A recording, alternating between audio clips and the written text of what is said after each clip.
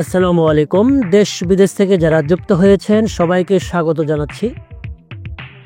আজ 18ই সেপ্টেম্বর 2025। সাগর পার ঘেঁষে দীর্ঘ মেরিন ড্রাইভকে দৃষ্টিনন্দন ও নান্দনিক করতে কাজ শুরু করেছে বাংলাদেশ সেনাবাহিনী। সড়ক প্রশস্তকরণের পাশাপাশি সমুদ্রের আগ্রাসন থেকে রক্ষায় নির্মিত হচ্ছে সি ওয়াল।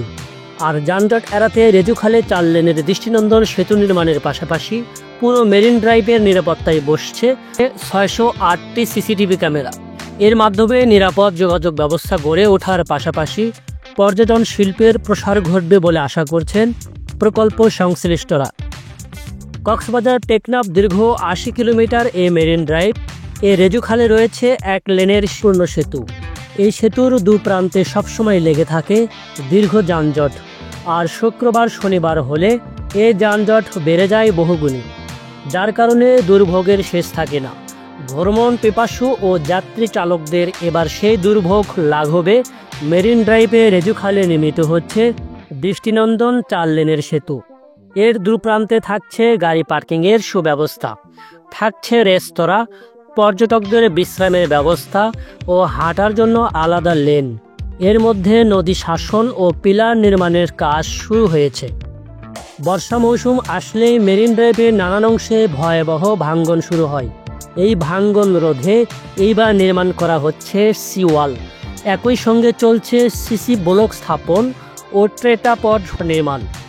এর মধ্যে মেরিন ড্রাইভের কলাতলি অংশে শুরু হয়েছে সড়ক প্রশস্তকরণের কাজ।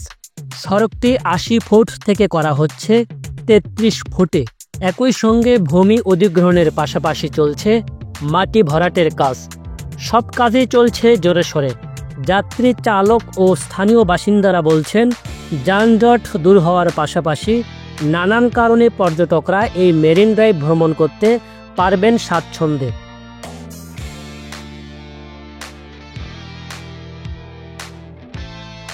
রেজুখালের ওপর সেতুটি সরু আর ঝুঁকিপূর্ণ। এতে সেতুটির দুপ্রান্তে 3 কিলোমিটার করে 6 কিলোমিটার পর্যন্ত যানজট লেগে যায়। এতে ঘন্টার পর ঘন্টা অপেক্ষাই করতে হয়। আর পর্যটন মৌসুমে শুক্রবার ও শনিবার হলে তো কথাই নেই। ওই দিনগুলোতে যানজট বেড়ে যায় আরও অনেক বেশি। পর্যটক থাকলে যানজট বেশি হয়। তাই রেজুখালের সেতুটি নতুন করে 4 লেন হচ্ছে। এতে সবাই খুশি, আর যানজটে পড়তে হবে না।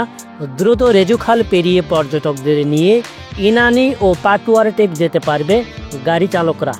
পর্যটন ব্যবসায়ীরা বিভিন্ন গণমাধ্যমকে বলেন, মেরিন ড্রাইভ প্রশস্ত হচ্ছে, পাশাপাশি রেজুখালের সেতুটিও নতুন করে হচ্ছে। খুবই ভালো লাগছে। তার চেয়ে বেশি ভালো লাগছে কাজটি বাংলাদেশ সেনাবাহিনী করছে। এতে করে কাজ দ্রুত শেষ হবে এবং কাজও টেকসই ও মজবুত হবে।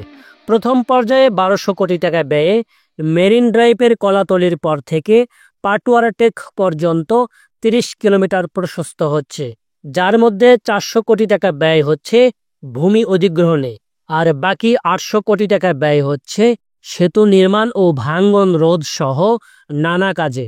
1200 কোটি টাকার এই প্রকল্পে 400 কোটি টাকা ব্যয় হচ্ছে ভূমি অধিগ্রহণে এবং বাকি 800 কোটি টাকা ব্যয় হবে রেজুখাল ব্রিজ এবং ছোট বড় ব্রিজ নির্মাণ সহ বিভিন্ন পয়েন্টে সমুদ্রের আগ্রাসন থেকে সড়ক সুরক্ষায় বাঁধ নির্মাণ।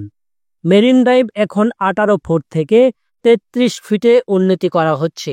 প্রকল্পের আওতায় 113.025 একর ভূমি অধিগ্রহণ করা হয়েছে। 7,24,000 ঘনমিটার মাটি ভরাট কাজ চলছে।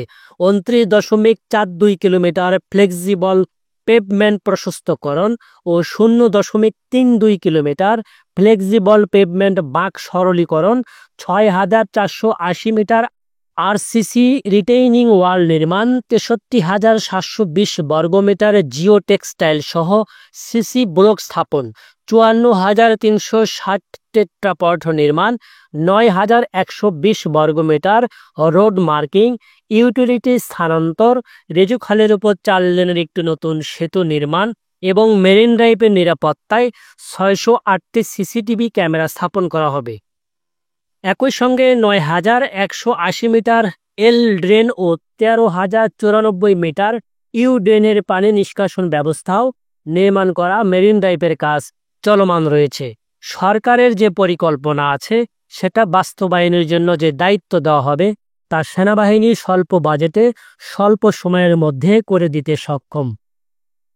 পরিকল্পিতভাবে একটি রূপরেখা বাস্তবায়ন হলে সেটা অবশ্যই সৌন্দর্য এবং নান্দনিক হবে বলে আশা করা হচ্ছে।